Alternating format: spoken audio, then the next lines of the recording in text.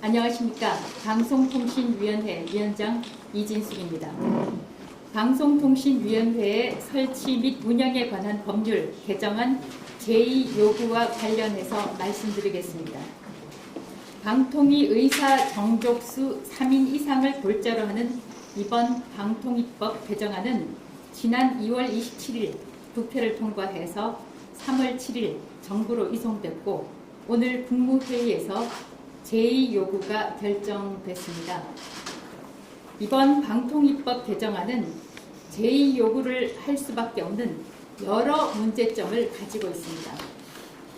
첫째, 방통위 의사 정족수를 3인으로 엄격하게 규정하는 것은 중앙행정기관으로서 방통위의 상시적 행정기능 수행을 어렵게 할 가능성이 매우 높습니다. 행정기관은 합의제 기구라고 하더라도 국민을 위해 상시적이고 계속적으로 행정 업무를 수행할 수 있도록 의사 정족수를 규정하지 않거나 재적위원 과반수의 출석처럼 완화된 방식으로 규정하고 있습니다. 그런데 이번 개정안처럼 의사 정족수를 상임위원 정원 5인의 과반수인 3인 이상의 출석으로 규정하게 되면 여러 가지 사유로 공석이 발생할 때 합의제 행정기관인 방통위의 상시적인 행정행위가 불가능해집니다.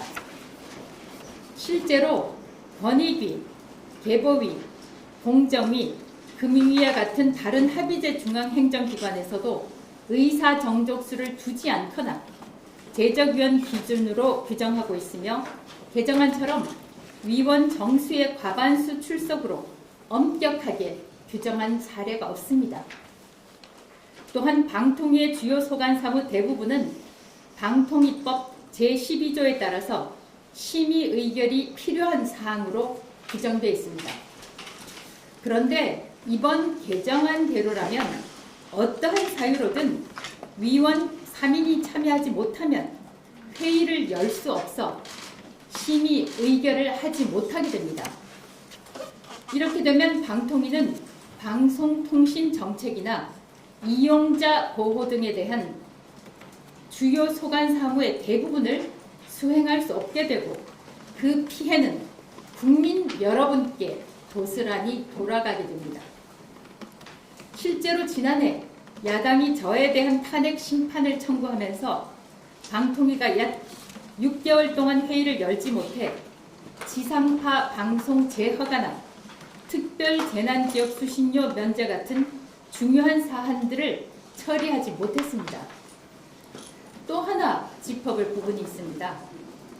헌법상 대통령을 수반으로 하는 정부는 행정권을 부여받고 있고 대통령은 국정을 운영할 권한과 책임이 있습니다. 따라서 합의제 행정기관인 방통위의 구성과 최종 의사결정 과정도 대통령이 정부 행정권 행사에 책임을 지도록 하고 있는 헌법 구조에 부합해야 합니다. 현재 방통위법은 방통위를 대통령 지명 2인, 국회 추천 3인으로 구성하고 의결 정족수는 재적위원 과반수 찬성으로 규정하고 있습니다.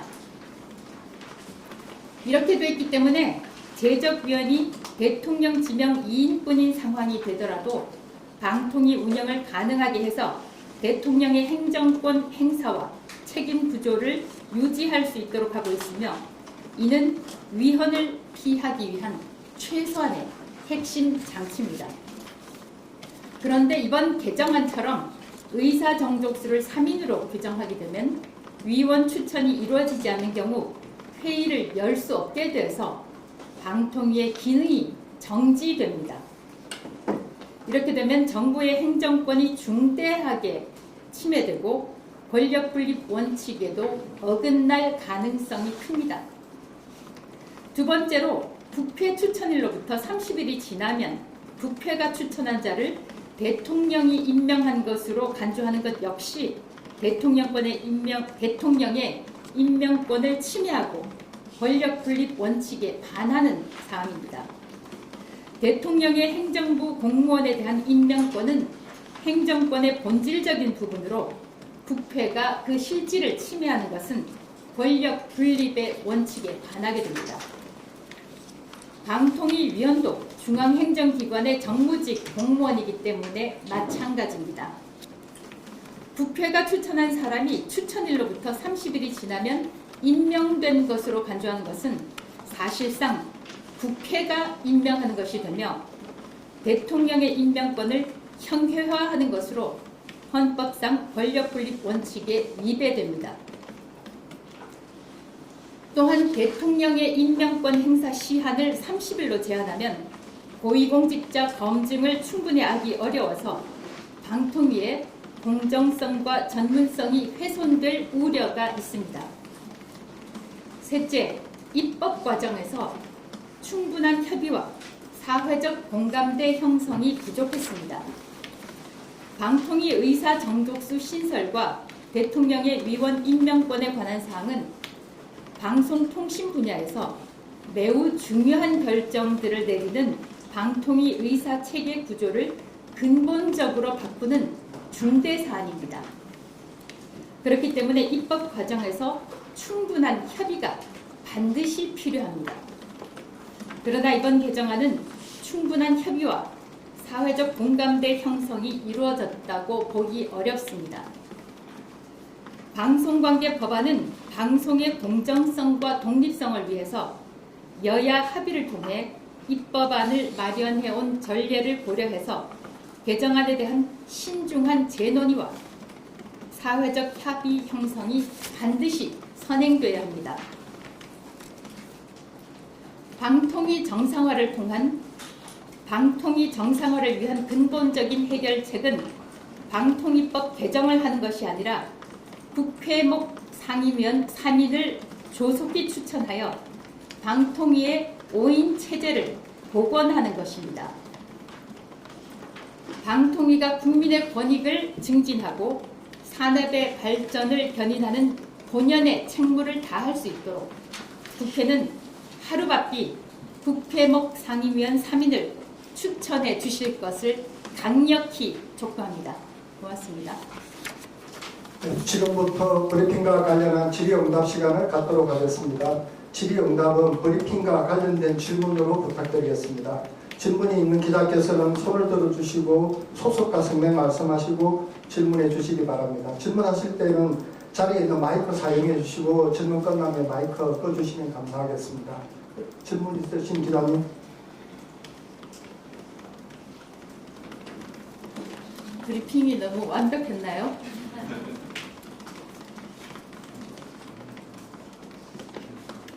뒤쪽에 질문, 제 뒤쪽에.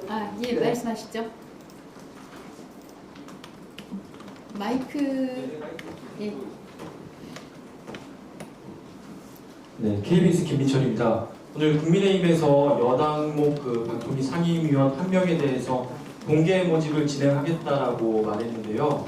여기에 대해서 위원장님 어떤 생각이신지 궁금하고 야당에 대해서 또 어떤 입장이신지 궁금합니다.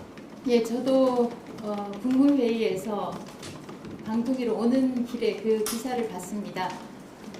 보고 사실 저도 제가 2023년 8월에 방통위 상임위원 국민의힘 몫으로 추천을 받은 당사자여서 이 상임위원 3인이 국회목 상임위원 3인이 추천되지 않은 것에 대해서 굉장히 유감스럽게 생각하고 지금 제가 말씀을 드렸지만 2023년 8월 이후로 방통위가 사실 2인으로 2인 체제라고 부르기도 하지만 2인으로 운영이 되고 있습니다. 물론 법적으로는 여러분께 수차례에 걸쳐서 말씀을 드렸지만 법적으로는 2인 운영위원회, 2인 상임위원회가 합법적입니다. 그렇지만 원래 그 법의 취지가 많은 분들이 말씀하신 대로 5인이 가장 이상적인 것이고 5인 위원회가 열려서 합의를 하고 협의를 하고 대한민국의 방송과 통신 발전을 위해서 또 이용자 보호를 위해서 여러 가지 중요한 결정을 할 수 있으면 가장 바람직하겠습니다. 그렇지만 저도 수차례에 걸쳐 말씀드린 대로 지금 국회목 상임위원 추천을 할 수 있는 추천을 해서 본회의에 상정하는 권한을 가진 주체는 민주당입니다. 저도 역시 여러분들도 기억하시는 대로 제가 위원회 들어가기 전에 발언을 통해서나 각종 인터뷰를 통해서도 말씀을 드렸고 한시바삐 국회목 3인을 추천해달라 말씀을 드렸는데요.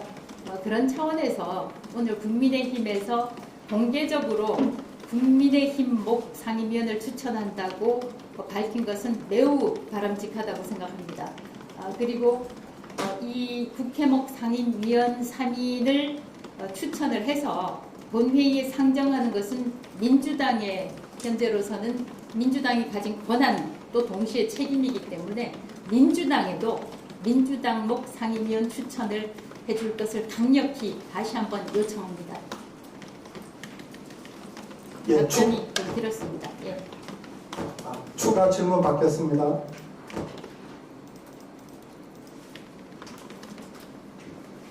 추가 질문 없으십니까? 더 이상 질문이 없어. 네, 저기 손든 분. 예. 네, YTN 김태민 기자입니다.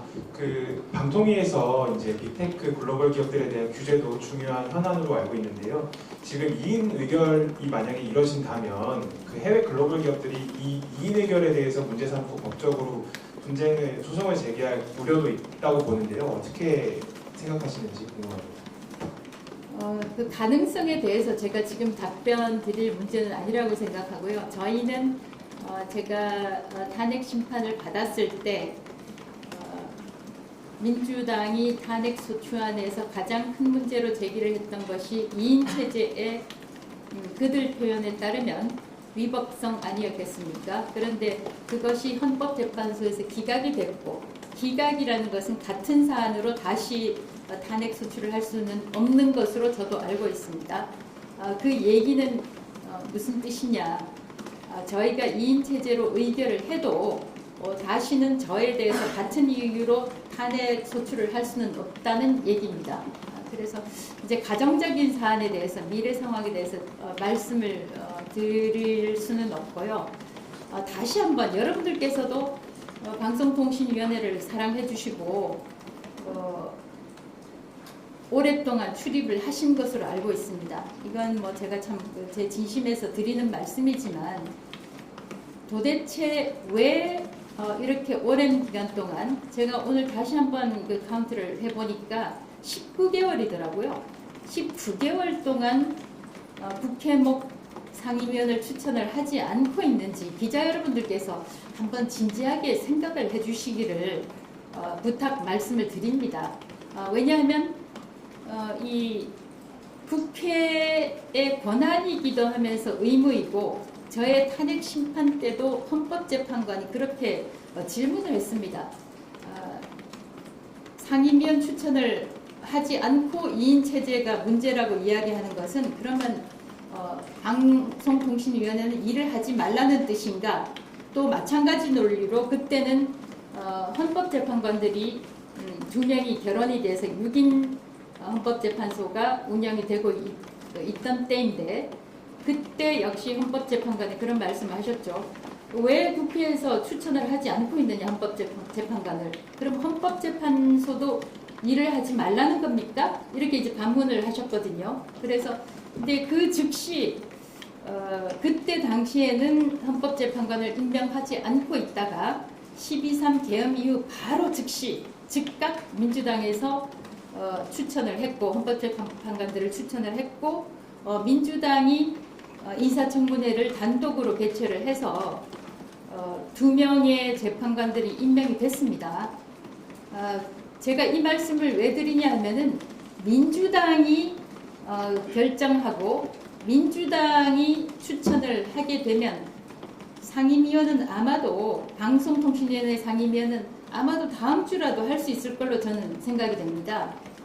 이전에 민주당 상임위원을 추천하기 위한 절차가 진행된 적도 있는 걸로 알고 있고요. 그래서 다시 한번 기자 여러분들께 왜 도대체 방송통신위원회 상임위원 국회목 추천 3인이 19개월 동안 안 되고 있는지, 여러분들께서 대한민국의 방송과 통신을 사랑하신다면 지금 중요한 질문도 조금 전에 하셨는데 그런 부분에 대해서 저희가 5인 구조로 완전체로 진행을 할 수 없게 19개월 동안이나 추천이 되지 않고 있는지 다시 한번 여러분들께 생각을 해봐 주십사 부탁을 드리고, 저 같으면 2인 체제의 문제성을 지적하고 또 심지어는 지난번엔 4인 의사 정족수,